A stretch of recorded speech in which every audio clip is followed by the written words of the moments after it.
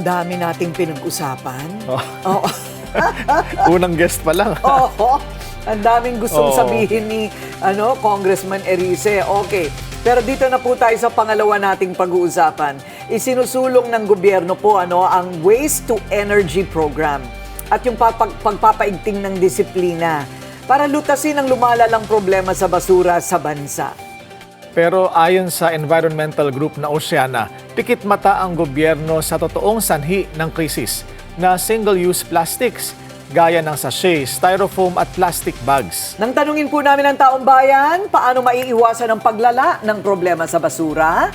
Ang sabi nila, kung mapalakas talaga yung paggagawa ng segregasyon sa ating bansa, patingin ko talaga ay magkakaroon tayo ng solusyon sa problema natin sa basura. Kunyari ay magkakaroon tayo ng mas efficient na sa bawat kategorya ng basura ay mas solusyon nito ng mas bagay talaga sa lugar sa basurang iyon. Yung pag-burn po ng trash to make energy, and usually ginagawa po yun underground or sa facilities, pero dapat po sinesegregate po muna, and kung sa underground po, pwede rin po gamitin for geothermal, and dapat din po compatible din po yung soil. Dapat meron silang isang lugar kung saan pwedeng doon isegregate na maayos yung basura. Tapos maganda rin kung may isusulong na proyekto gaya ng waste to energy na programa para I think isa yun sa pinakamagandang solusyon para mabawasan yung problema sa basura. Doon tayo sa proper waste management sa family level pa lang, sa mga households natin. Tapos, syempre, mas okay na magkaroon tayo ng mas centralized na sistema ng pag-dispose ng mga basura natin para mas natatrack, ganun, mas na-allocate sa tamang disposal sites. at para talakayin ang isyong ito, makakasama po natin Oceana Vice President Von Hernandez. Good morning, Sir Von. Welcome to Memo. Good morning, Corina. Morning, Willard. Morning, Opo. sir. Alam po Morning. ninyo, itong usapan ng basura, ganyan pa lang po ako kaliit, pinag-uusapan na. Yung problema sa basura. Eto, ganyan na ako kalaki ngayon. Yung pa rin ang pinag-uusapan natin, basura. Are we just pretending to care? Dahil ang tagal-tagal-tagal na po nitong usaping ito, sino po ba talaga ang may kasalanan? Bakit ang dami nating basura? Opo, napakatagal na ng issue na to. Naalala ko, 20 years ago, nagsimula akong pumasok sa larangan ng environment. Ito na yung pinag-uusapan eh. Hanggang ngayon, ito pa rin. At maraming sanhi, dahil una-una, nandiyan yung personal or individual responsibility, kaya nga tayo may mga anti-littering laws. Pero beyond that, we should look beyond yung disposal kasi ang palaging sagot ng pamahalaan pagdating sa issue ng basura, saan dadalhin? At tama naman yan ang kung ikaw ay local executive, isipin mo yan araw-araw dumadating ang basura, saan natin ito dadalhin? So, ayon sa Republic Act 9003, ito yung naging solusyon para sa problema na ito. Kailangan talaga magkaroon ng mga material recovery facilities at saka yung maayos na landfill, hindi yung tambakan lang na nakasanayan na dump site.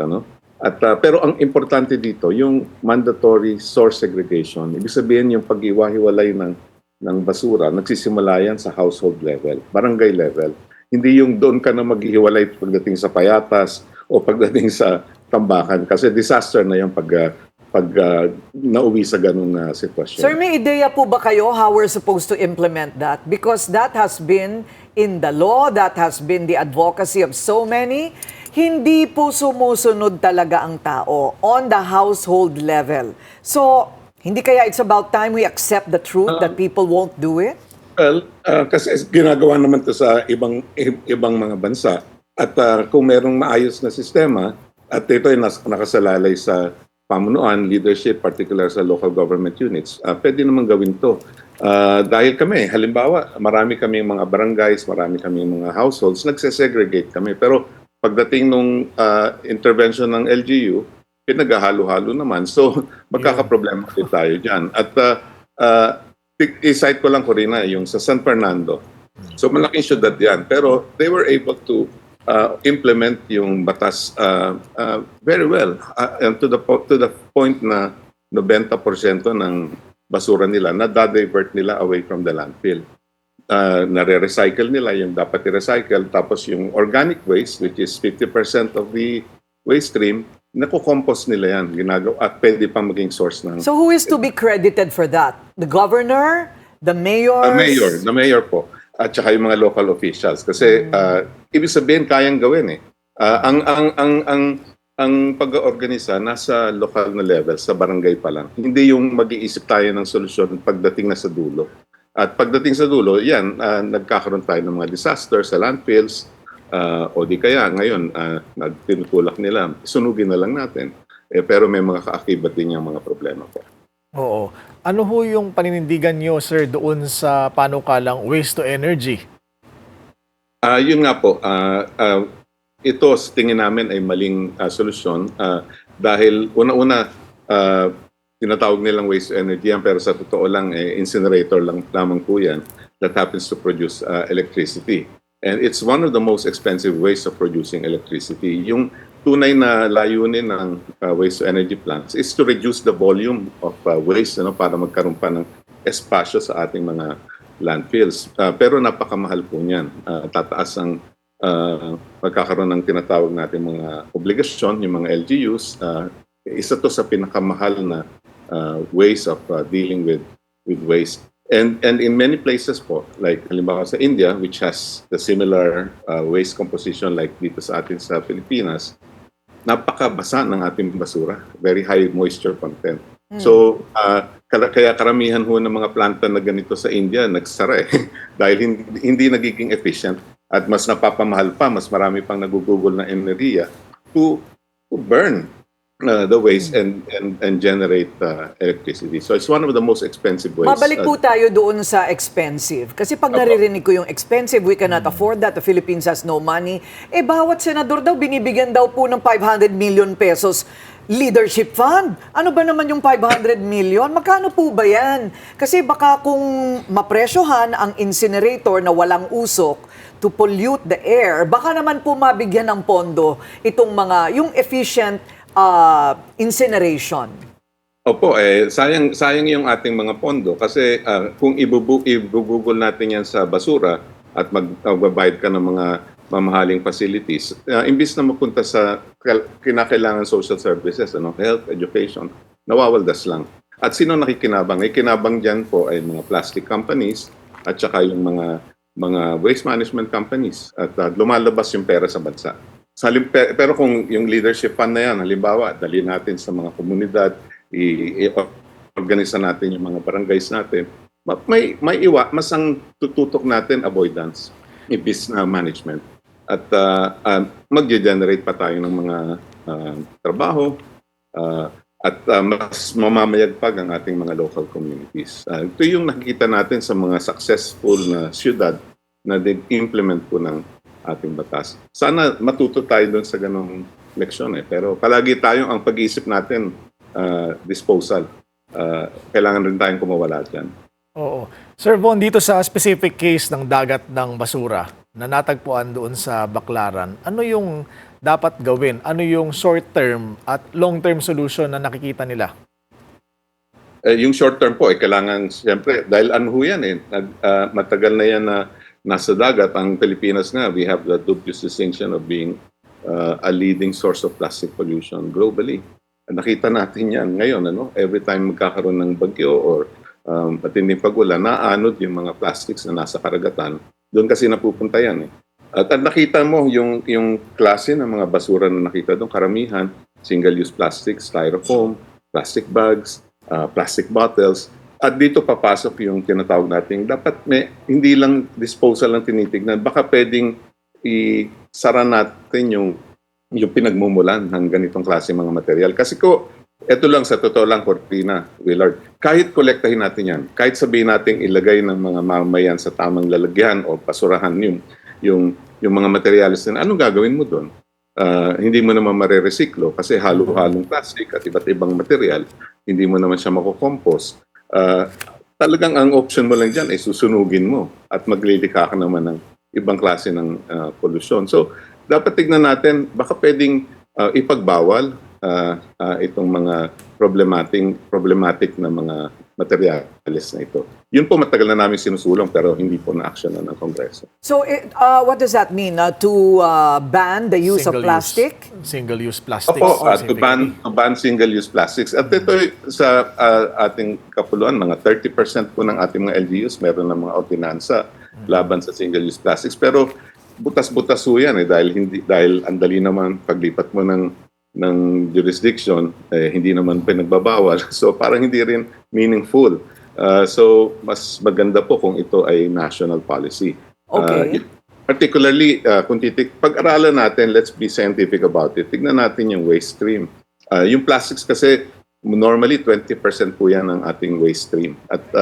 At 10% yan, hindi mo talaga ma-recyclo, hindi mo kayang i-manage. At sobrang dami ng material na yan sa merkado, ayan ang nangyayari, umaapaw.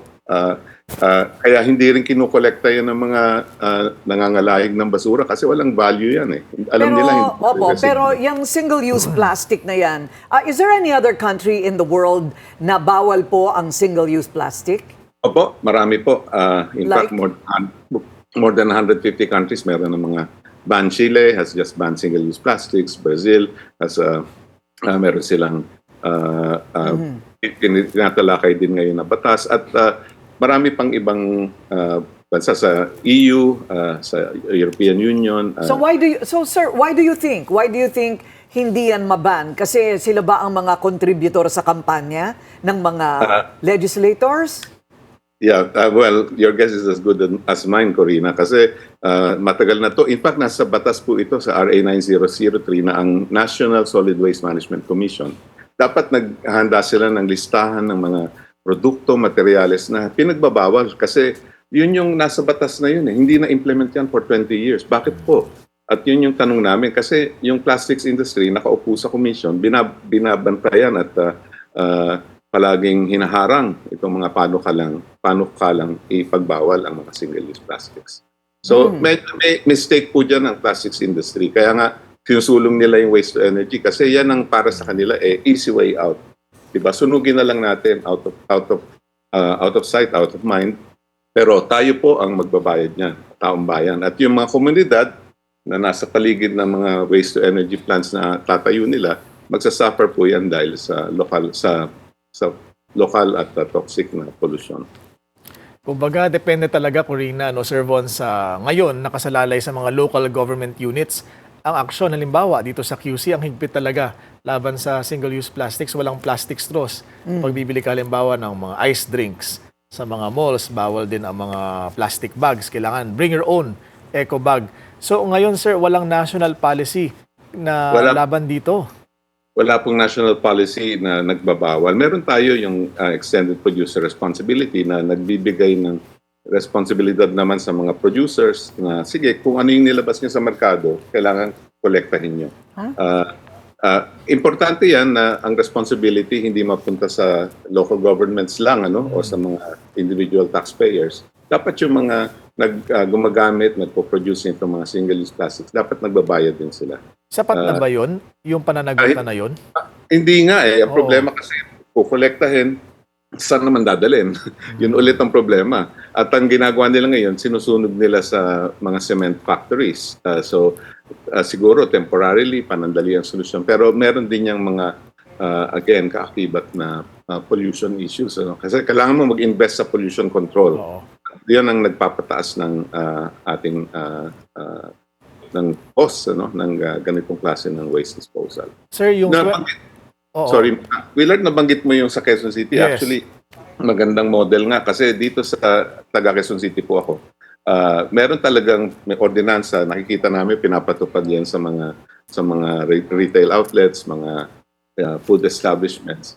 At ang ginawa pa ni Mayor Belmonte dito, nagtaguyod siya ng mga refill systems po doon sa mga sari-sari stores. So, ibig sabihin, imbis na sachet, kung ano kasi tayo, nakagawian natin na bibili tayo ng mga produkto, tingi, di ba? Yes. So, imbis na sachet, merong refill option. At mas mura ito kaysa pag bumili ka ng sachet. So, mahigit 1,000 stores na sa Quezon City gumagawa nito. Ito yung mga gusto nating makitang solusyon. yung nagge-generate ng problema down the line. Given that, Sir Von, ano pa ang mga kulang na batas at kailangang ipasa ng Kongreso? Yun bang 25-year-old na Solid Waste Management Act, kailangan pa bang amyendahan yan? Tingin po namin, ano na yun yun, ando na yung roadmap kung in-implement lang talaga ng DNR at pati ng mga local government units, yung letter ng law, segregation, source segregation, doon nag-uugat yan. Kasi pag na-segregate mo yung mga materyales, mas makahanap ka ng rational solutions for the problem. Yung single-use plastic ban, kailangan po yan. So to address yung tapon, hindi pwedeng areglo tayo ng areglo sa disposal pero hinahayaan naman nating patuloy na dumadalo yung mga problematic materials sa ating kalikasan. Third, yung reuse at refill. Baka pwedeng gawin, yun ang pwedeng amyenda or pwedeng itaguyod na bagong batas na iengganyo yung mga ganitong, ito yung, di ba sinasabi natin, reduce, reuse. Bago ka nga mag-recycle, reduce muna eh. So kung ang strategy natin dyan, magtaguyod tayo ng mga reuse at refill systems. At yan, ginagawa na yan. Makikita nyo naman sa mga resorts, sa mga tourist destinations natin, di ba yung mga hotels, hindi na sila gumagamit ng single use, may mga refill options na sila. So nakikita natin meron namang nakikitang difference. Kaso nga lang, kailangan natin gawin itong mas malawak. Okay. Nako, Corina, mas sumahaba pa yung listahan natin ng mga batas na hindi Oo pinapatupad. nga. Hindi lang yon. Kailangan talaga ng isang basura conference. Para pag-usapan at magkasundo-sundo na sa kung anong ipagbabawal, ano ang gagawin, anong sistema, sinong mananagot. Kailangan talaga pag-usapan, sino ba ang dapat managot dito sa basura? Ngayong nalinawan na po tayo sa isyong ito, alamin natin ang mga online comments natin. Paano ba maiiwasan ang paglala ng problema? Sa basura, Mike Guevara, waste to energy projects, sanitary landfills, proper collection of waste. Sabi ni Aljerico Fernandez, ipatupad ang taunang secretions of waste mula sa mga barangays at sa bawat tahanan. Paigtingin ang mga pagkilos ng mga taga-DENR. Jordan Ballestero, information dissemination sa TV and SOCMED. Wala ko nakikitang ganyan. Wala mga na. infomercials, walang ganyan. Then, penalty of 5 days imprisonment. Tapos, sa school pa lang, from kinder to high school, dapat pinapractice at tinuturuan ng mga bata ng tamang disiplina. Tama? Alam mo, batang 90s, Corina, may napapanood na TV commercial na naging malaki ang impact. Yung yung basurang itinapon mo babalik sa'yo, yung pagbukas ng pinto ng bata, yung baha tumambad sa kanila at pumasok sa bahay. Wala na nga ganun eh. Wala na rin mga infomercial about AIDS. Walang infomercial about your rights in the barangay. Hindi ba? O ayan, sa basura, wala na yun. Sabi naman ni Alex Aguilo, sa bawat munisipyo at lugar ipatupad ng mahigpit ang pagkakalat ng dumi gaya ng mga upos ng sigarilyo, mga pinagkainan na lalagyan gaya ng plastic bottle o kung anuman na balat ng pagkain, basta na lang itinatapon. Idagdag natin dyan, Corina, yung mga nagtatapon, nag-iwan ng basura sa ilalim ng sasakyan, sa mga parking lot sa mall. Marami bang ganon? Merong burara. Ay, nako. John Paul, reality check. Recycling and discipline. Citizens will not solve the garbage crisis. I agree. Recycling is impractical. Even if you have a disciplined citizenry, our garbage will not be gone. Just imagine that a plastic takes 500 years to biodegrade. The solution, state-of-the-art incineration and reduction of our population. Ayun. Sir Von, naalala niyo ba? Reduction of the population. issue Biodegradable pa yun. ba ang condom? Ay, Ha? Sir Von, oo nga. Okay. Maraming salamat po sa inyong oras. Oceana Vice President Von Hernandez. Is Maraming it salamat. biodegradable Tanong ang natin, condom? Sir Von. Sir Von. Ay, Von. Sorry po. Sir Von. Biodegradable po ba ang condom? Ang condom, latex yan, di ba? Rubber, so hindi naman siya plastics. Pero hindi ko alam kung gaano katagal ito bago mag-biodegrade. Baka mas environmental friendly, rhythm method. Rhythm method. Okay.